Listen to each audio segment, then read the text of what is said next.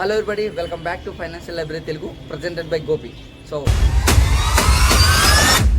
ఈ వీడియోలోకి వెళ్ళిపోతే ఈరోజు నేను 30% రిటర్న్స్ అయితే స్టాక్ మార్కెట్లో గెయిన్ చేశాను. అరౌండ్ 12,000 బిలో అనుకుంటా నా స్టాక్ మార్కెట్లో ఈరోజు అయితే నా దగ్గరలో ఉన్న మనీ అబౌవ్ 4,500 అబౌవ్ నేను ఈరోజు అయితే ప్రాఫిట్స్ అయితే వచ్చినాయి. సో ఇది నేను ఆ వీడియోలో ఎలా చేశాను ఏంటనేది కన్ఫామ్గా ఇన్డెప్త్ వీడియోలోకి వెళ్ళినప్పుడు తెలుసుకున్నాను. ఈరోజు అయితే మోస్ట్లీ నేను చూసేది ఎప్పుడైనా 1-2 స్టాక్స్ మాత్రమే మనం అనలైజ్ చేయగలం.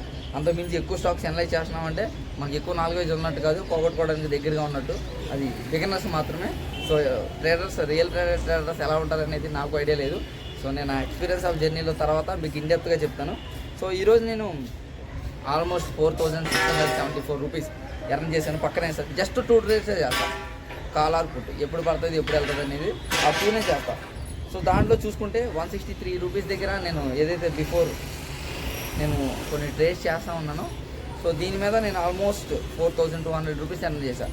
అట్లానే కిందకు పడిద్ది మార్కెట్ అని చెప్పేసి ఇంకో 400 ఎర్న్ చేశాను. అంటే ఏంటి, స్టాక్ మార్కెట్లో అప్ అవుతుంది డౌన్ అవుతుంది అని 2 విధాలుగా చేయొచ్చు. నేను ఏదైతే ఈరోజు ఎర్న్ చేశాను ఈ మనీ అనేది నేను కొన్ని రోజుల నుంచి తరతరాలుగా అది ఎలా ఫాలో అవుతుంది ఎలా అవుతుంది అని చెప్పేసి చాలా బిగ్ అనలైజేషన్ చేసి మాత్రమే స్టాక్ మార్కెట్లో దిగాను. ఎవరైనా కొత్తగా వచ్చే వాళ్ళు ఎవరైతే ఉన్నారో వాళ్ళు డెఫినెట్గా జాగ్రత్తగా ఉండండి. ఎలాంటి అంటే నేను చెప్పానని లేదంటే ఎవరో యూట్యూబర్స్ చెప్పానో మీరు సడన్గా మనీ తెచ్చేసి పెట్టేస్తే మనం వెంటనే రిటర్న్స్ వచ్చేసి అనుకోవడం అనేది చాలా బిగ్గెస్ట్ మిస్టేక్.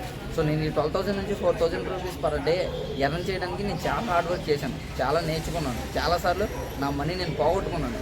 సో అవన్నీ పోగొట్టుకుంటానే ఇలా వచ్చాను. నేను పోగొట్టుకున్న మనీ అంతా కూడా నేను ఎప్పుడు కూడా మోస్ట్లీ మీరు చేసే ఒక బిగ్గెస్ట్ మిస్టేక్ ఏంటంటే ఈ స్టాక్ మార్కెట్లో పెట్టే మనీ అంతా కూడా ఎక్కడి నుంచి అప్పులు కానీ ఏమన్నా తీసుకురావడానికి అస్సలు ట్రై చేయమాకండి.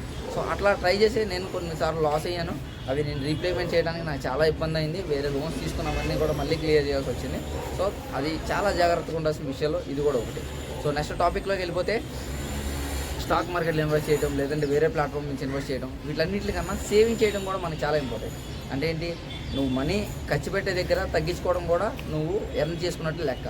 అంటే ఏంటి, నువ్వు ఫర్ సపోజ్ బయటికి వెళ్ళావు, నీ దగ్గర 1,000 రూపీస్ ఉంటే 1,000 రూపీస్ వాడేసావు అనుకో, నాలాగా నీ దగ్గర ఏముండవు. నెక్స్ట్ టైం ఎవరి దగ్గర డెబిట్స్ తీసుకోవాలి, ఎవరి దగ్గర అప్పులు తీసుకోవాలి. ఇలాంటివి మన లైఫ్లో చేసే బిగ్గెస్ట్ మిస్టేక్. సో నెక్స్ట్ మళ్ళీ ఫర్దర్గా మళ్ళీ ఇంకో వీడియోతో రేపు వచ్చేద్దాం. That's it for the guys, by.